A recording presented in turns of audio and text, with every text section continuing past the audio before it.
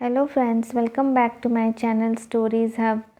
दोस्तों, मुंशी प्रेमचंद ने बहुत सी प्रेरणादायक कहानियाँ लिखी हैं जिन्होंने देश की कुरीतियों को उजागर किया है। उनकी एक कहानी तेतर को आज हम सुनेंगे। इस कहानी में बताया गया है कि कैसे समाज की एक अंधविश्वास और कुरीति के कारण एक नवजात बालिका के साथ दुर्व्यवहार हुआ। चलिए अब कहानी सुनते हैं। आखिर वही हुआ जिसकी आशंका थी, जिसकी चिंता में घर के सभी लोग विशेषतः प्रसूता पड़ी हुई थी। 3 पुत्रों के पश्चात कन्या का जन्म हुआ। माता सौर में सूख गई, पिता बाहर आंगन में सूख गए और पिता के वृद्धा माता सौर द्वार पर सूख गई। अनर्थ, महा अनर्थ। भगवान ही कुशल करे तो हो। यह पुत्री नहीं, राक्षसी है। इस अभागिन को इसी घर में आना ही था तो कुछ दिन पहले क्यों न आई। भगवान 7वें शत्रु के घर में भी तेतर का जन्म न दे। पिता का नाम पंडित दामोदर दत्त। शिक्षित आदमी थे, शिक्षा विभाग में ही नौकर भी थे। मगर इस संस्कार को कैसे मिटा देते जो परंपरा से हृदय में जमा हुआ था कि तीसरे बेटे की पीठ पर होने वाली कन्या अभागिन होती है, या पिता को लेती है या माता को। उनकी वृद्धा माता लगी नवजात कन्या को पानी पी पी कर कोसने। कलमुही है कलमुही, न जाने क्या करने आई है यहाँ। किसी बाज के घर जाती तो उसके भी दिन फिर जाते। दामोदर दत्त दिल में तो घबराए हुए थे, पर माता को समझाने लगे, अम्मा तेतर वेतर कुछ नहीं होता।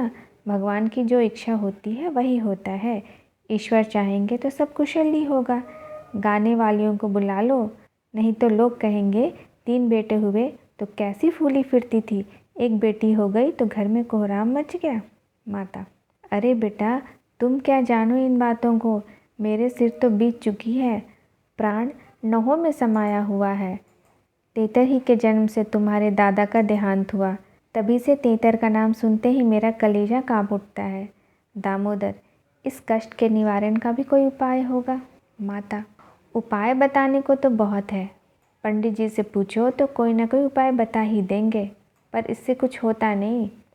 मैंने कौन कौन से अनुष्ठान नहीं किए, पर पंडित जी की तो मुट्ठियाँ गर्म हुई। यहाँ जो सिर पर पड़ना है वो पड़ ही गया। अब टके के पंडित रह गए हैं। जजमान मरे या जिए, उनकी बला से उनकी दक्षिणा मिलनी चाहिए। लड़की दुबली पतली भी नहीं है, तीनों लड़कों से हुष्ट पुष्ट हुई है। बड़ी बड़ी आँखें हैं, पतले पतले लाल लाल होंठ हैं जैसे गुलाब की पत्ती, गोरा चिट्टा रंग है, लंबी सी नाक। कलमुही नहलाते समय रोई भी नहीं, टुकुर टुकुर ताकती रही। यह सब लक्षण कुछ अच्छे थोड़े ही हैं। दामोदर दत्त के तीनों लड़के सांवले थे, कुछ विशेष रूपवान भी न थे। लड़की के रूप का बखान सुनकर उनका चित्त कुछ प्रसन्न हुआ। बोले, अम्मा जी, तुम भगवान का नाम लेकर गाने वालियों को बुला भेजो। गाना बजाना होने दो, भाग्य में जो कुछ है वह तो होगा ही। माता, जीत तो हुलसता नहीं, करूं क्या। दामोदर, गाना न होने से कष्ट का निवारण तो होगा नहीं कि हो जाएगा।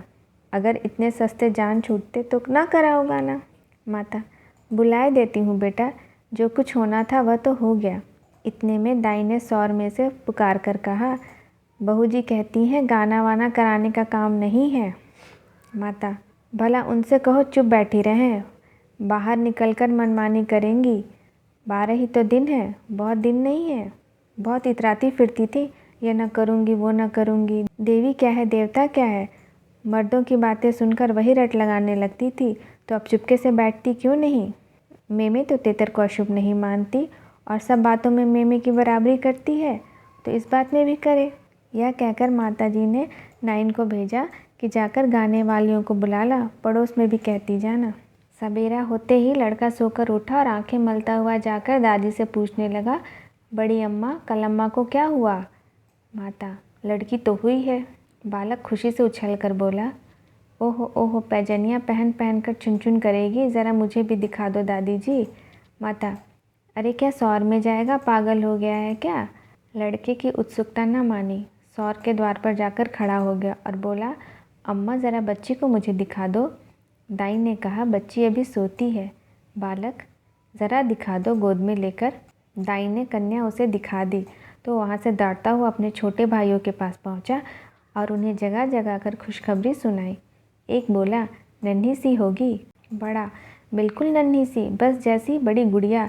ऐसी गोरी है कि क्या किसी साहब की लड़की होगी। यह लड़की मैं लूँगा। सबसे छोटा बोला, हमको भी दिखा दो। तीनों मिलकर लड़की को देखने के वहाँ से बगले बजाते हुए उछल कूदते बाहर आए। बड़ा, देखा कैसी है? मंझला, कैसे आंख बंद किए पड़ी थी। छोटा, इसे हमें तो दे देना।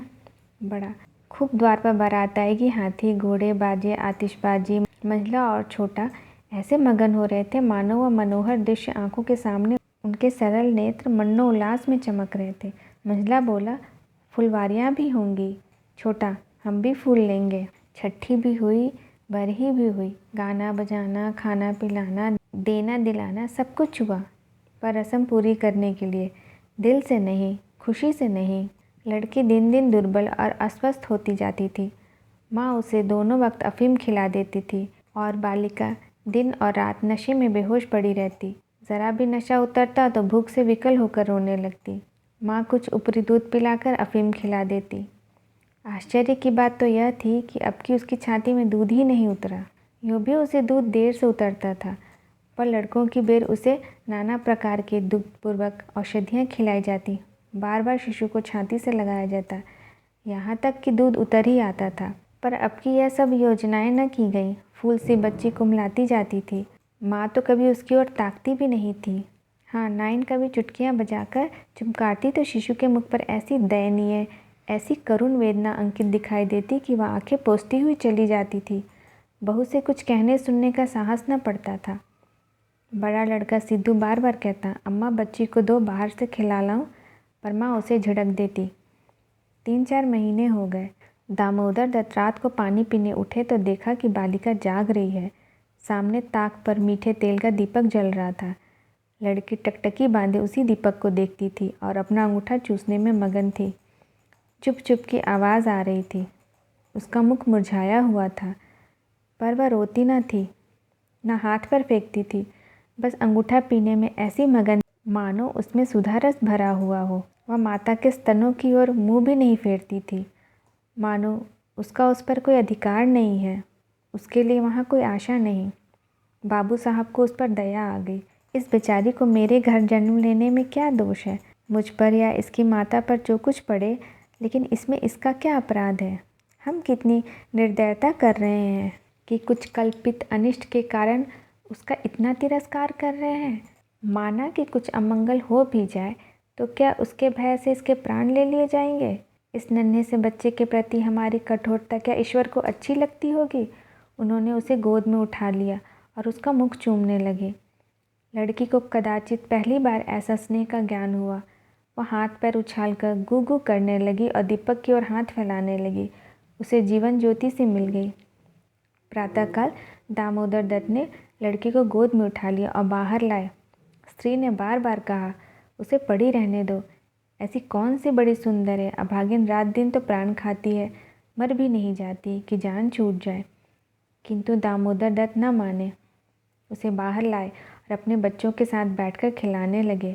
उनके मकान के सामने थोड़ी सी ज़मीन पड़ी हुई थी।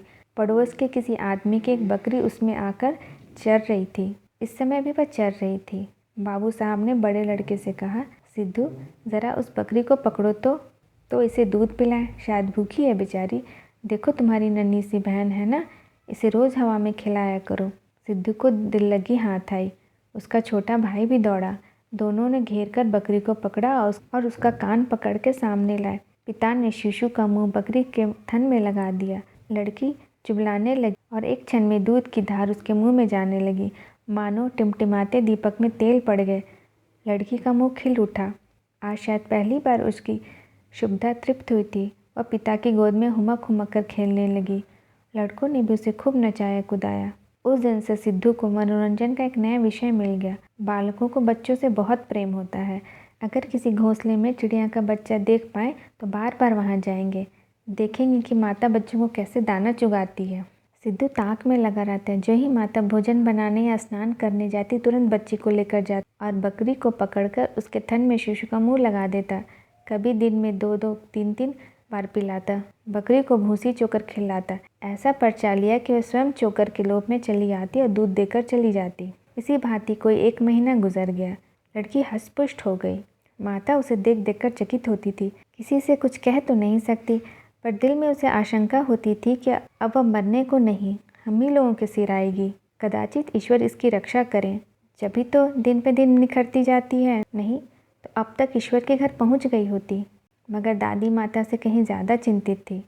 उसे भ्रम होने लगा कि वह बच्ची को खूब दूध पिला रही है, सांप को पाल रही है। मगर दादी माता से कहीं ज़्यादा चिंतित थी। उसे भ्रम होने लगा कि वह बच्ची को खूब दूध पिला रही है, सांप को पाल रही है। शिशु की ओर आंख उठाकर भी न देखती। यहाँ तक कि एक दिन वह कह बैठी, लड़की का बड़ा छो करती हो। हाँ भाई, माँ हो कि नहीं, तुम ना छो करोगी तो कौन करेगा। अम्मा जी, ईश्वर जानते हैं जो मैं ऐसे दूध पिलाती हूँ।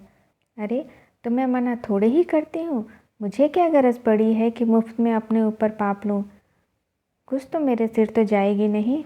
अब आपको विश्वास ही ना आए तो कोई क्या करे। मुझे पागल समझती हो, वो हवा पी पी कर ऐसी हो रही है। भगवान जाने अम्मा, मुझे तो आप अचरज होता है। बहू ने बहुत निर्दोषिता जताई, किंतु वृद्धा सास को विश्वास न आया। उसने समझा यह मेरी शंका को निर्मूल समझती है, मानो मुझे इस बच्ची से कोई बैर है। उसके मन में यह भाव अंकुरित होने लगा कि इसे कुछ हो जाए तब यह समझे कि मैं झूठ नहीं कहती। वह जिन प्राणियों को अपने प्राणों से भी प्रिय समझती है, उन्हीं लोगों की अमंगल कामना करने लगी, केवल इसलिए कि मेरी शंकाएं सत्य हो जाएं।